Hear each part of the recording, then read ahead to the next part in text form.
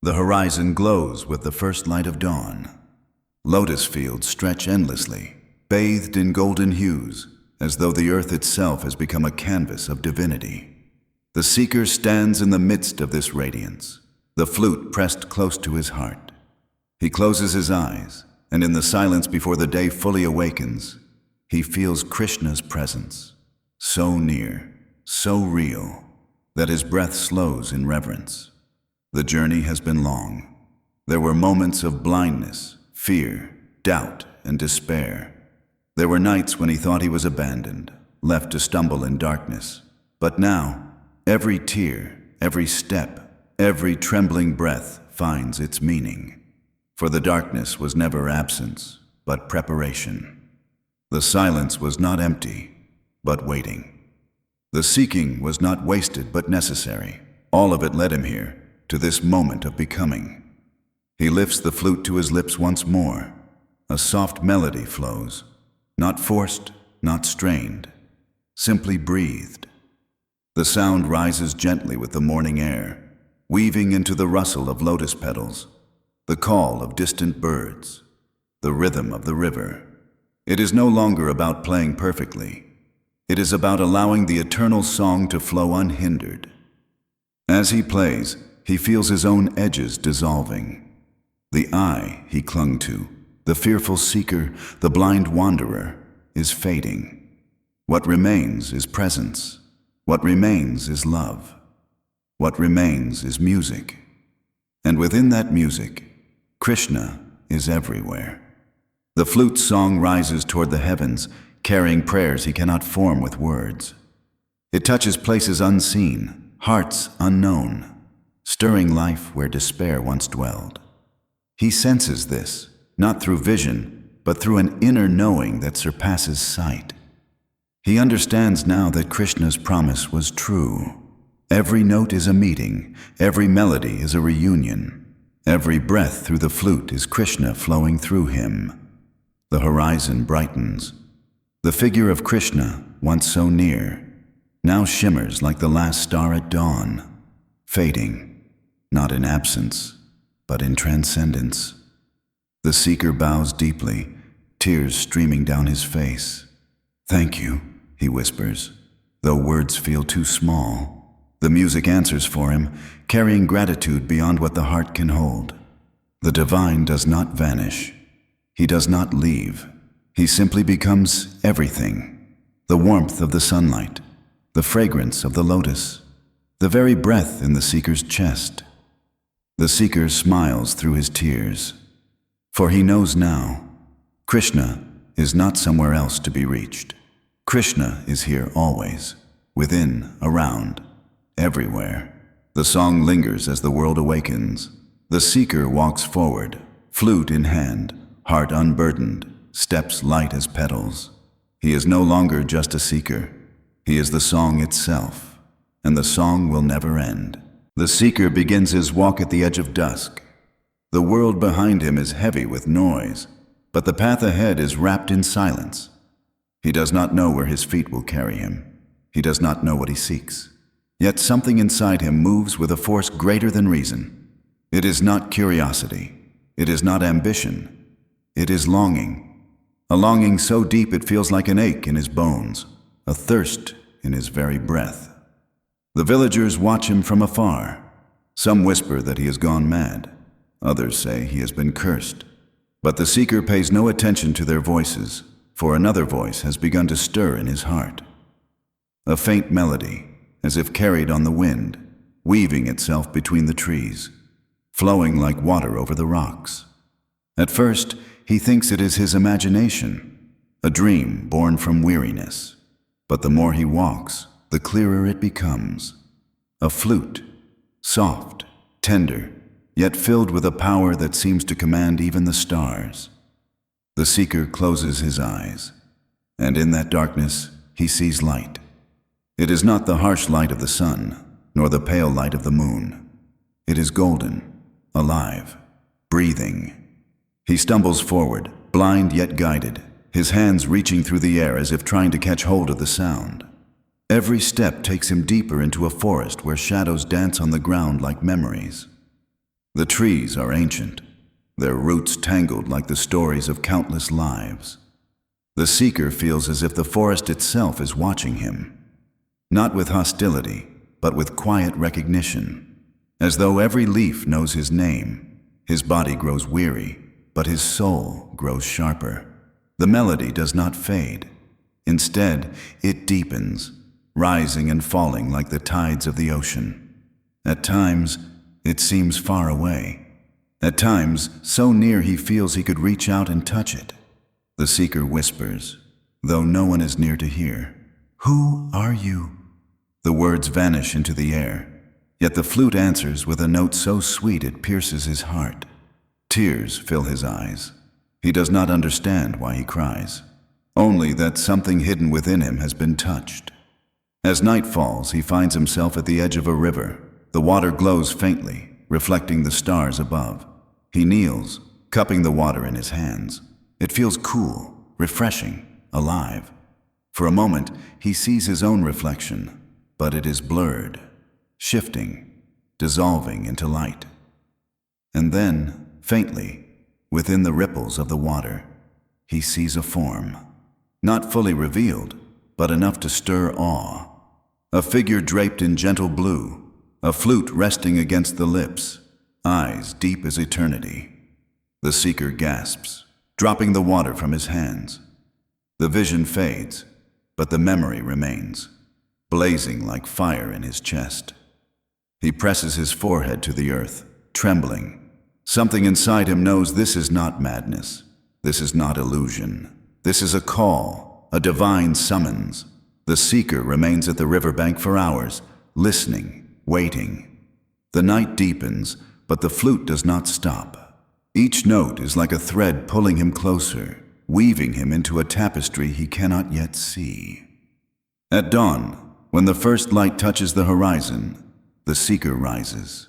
His eyes are swollen from tears, his body heavy from exhaustion, but his spirit burns like a flame that cannot be quenched. He whispers again, though more to himself than to the world, "I will not turn back." And with those words, he steps forward, crossing the river as the flute guides him into the unknown. The journey has only begun. The forest grows deeper as the seeker moves beyond the river.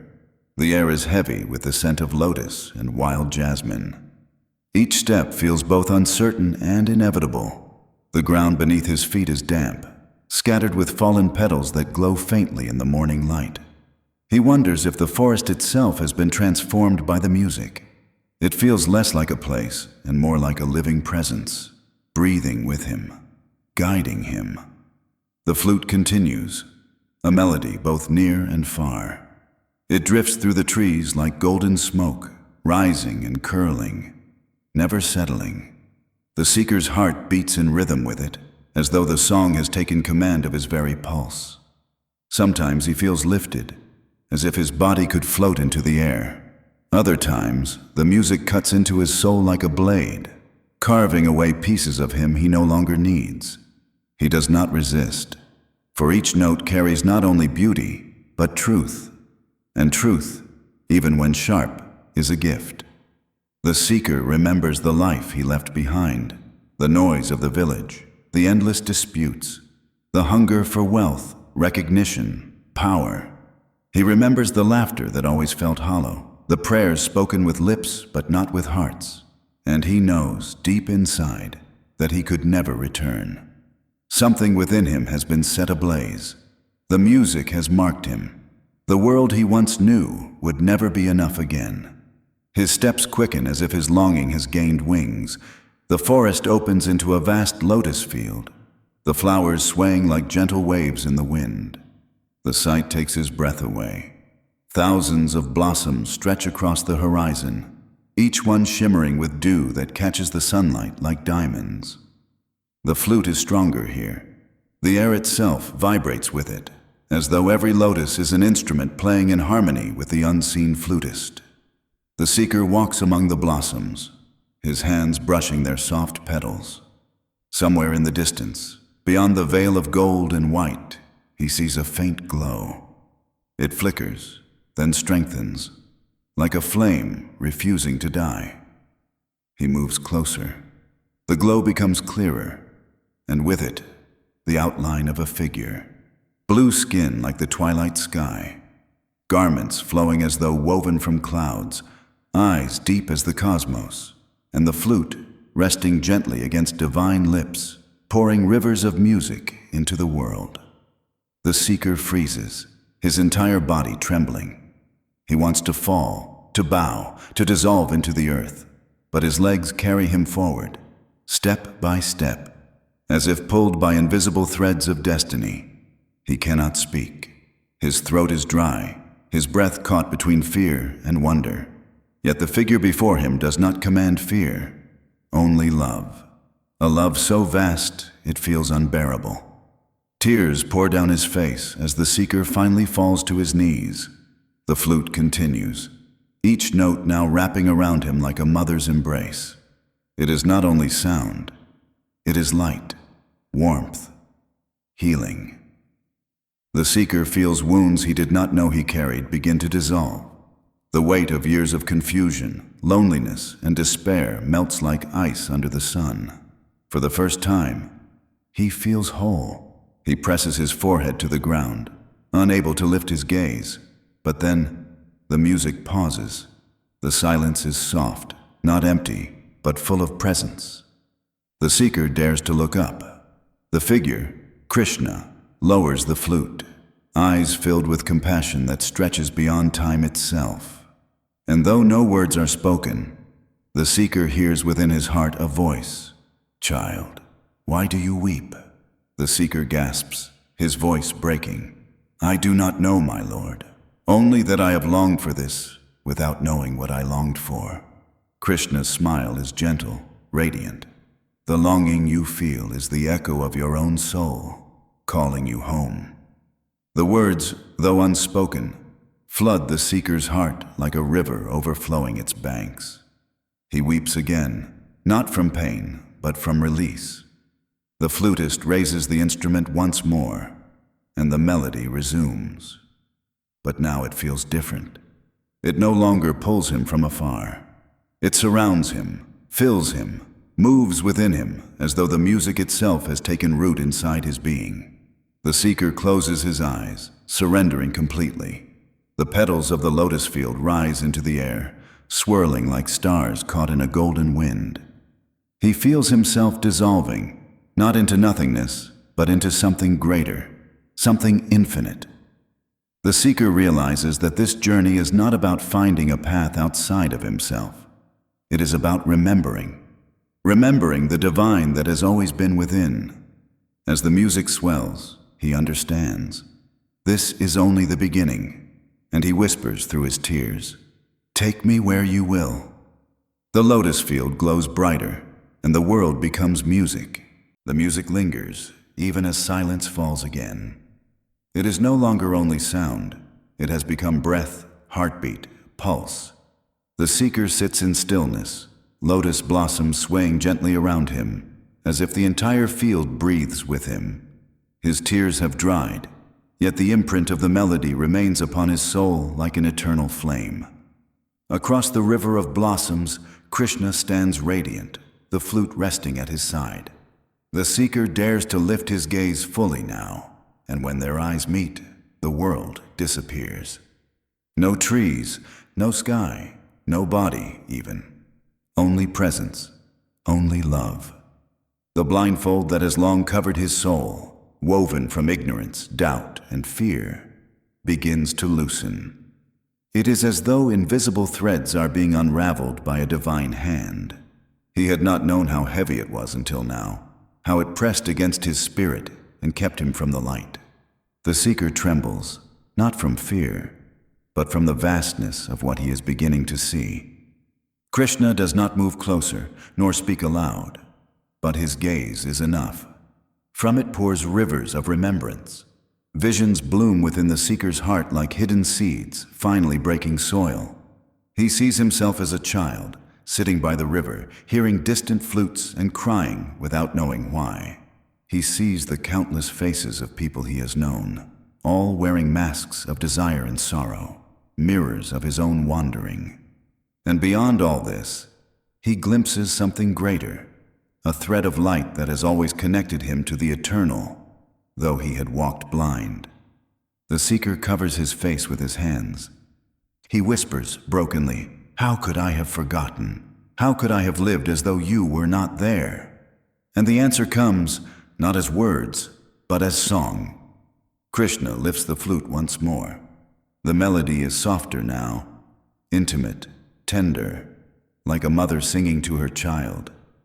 Each note pierces the seeker's blindness, weaving light where there was once shadow. He feels the blindfold fall away completely. For the first time, he sees, not with eyes alone, but with the soul. The field of lotus is not merely flowers. Each blossom is a universe, pulsing with life, shimmering with unseen dimensions. The sky above is not empty. It is filled with constellations that shift and dance in harmony with the music. And Krishna, no longer a distant figure, but the very heart of existence itself. Infinite yet intimate, beyond form, yet clothed in form. The seeker cannot contain the vision. He bows, pressing his forehead to the ground, his body trembling as waves of light rush through him. Every cell feels as though it is being rewritten, filled with something immeasurable. The earth beneath him is no longer solid. It vibrates like a living drum beneath his skin. He feels both tiny and vast, both nothing and everything. The seeker hears laughter then, gentle, compassionate. He looks up, and Krishna smiles, eyes glowing like twin suns. The flute lowers, and at last words are spoken aloud. "Child," Krishna says, voice both thunder and whisper, "you have carried your blindness long enough. You sought in the world what was always within. Do you see now?" The seeker chokes on his answer, but manages to whisper, "Yes, my lord, I see." Krishna steps closer, the lotus field parting as he walks, though he seems to float above the blossoms. Each step radiates light, rippling outward like waves across a golden sea. When he stands before the seeker, he does not tower with power. Instead, he kneels, lowering himself so their eyes meet at the same level. This gesture shatters the seeker's heart. The divine kneeling before him, it is too much to bear. Yet Krishna's smile is not of condescension, but of intimacy. He places a hand upon the seeker's chest. The touch is warm, but also infinite, as if the entire universe flows through a single point of contact. The seeker gasps, his body convulsing as light floods him. Visions flash before his eyes. He sees lifetimes, countless births and deaths, endless cycles of wandering. He sees faces he loved and lost, joys that lifted him, sorrows that crushed him. And through all of it, one constant, the faint sound of the flute, calling him home. The seeker weeps again, but these are not tears of despair. They are tears of recognition. He realizes he was never abandoned, never truly alone. Every step, every mistake, every sorrow had been part of the journey that led him here. Krishna whispers, "You are not apart from me. You are of me, as the wave is of the sea. Forgetfulness is illusion. Remembrance is awakening." The seeker closes his eyes, holding the words like treasure. In that moment, he feels the blindfold not only fall, but burn away. The shadows within dissolve. His chest glows with golden light, expanding outward until it merges with the field, the sky, the very presence of Krishna. The seeker no longer feels like a separate being, but like a note within the eternal song. When he opens his eyes again, the world is brighter, alive in a way it had never been. The petals that drift through the air sparkle with sacred fire. The river glows like molten gold. Even the air hums, as though vibrating with invisible strings of music. And above all, Krishna remains, radiant, compassionate, eternal. The seeker bows deeply, whispering, "I am yours. Lead me as you will." Krishna nods, placing the flute gently into his hands. The seeker's breath catches, trembling as he holds the divine instrument. Its weight is both feather-light and heavier than the cosmos. For in that moment, he realizes, this journey is no longer about reaching Krishna. It is about becoming an instrument through which Krishna's song can flow. The music that once guided him from afar now waits within his grasp. The question lingers in his heart, will he dare to play? The flute rests in his trembling hands.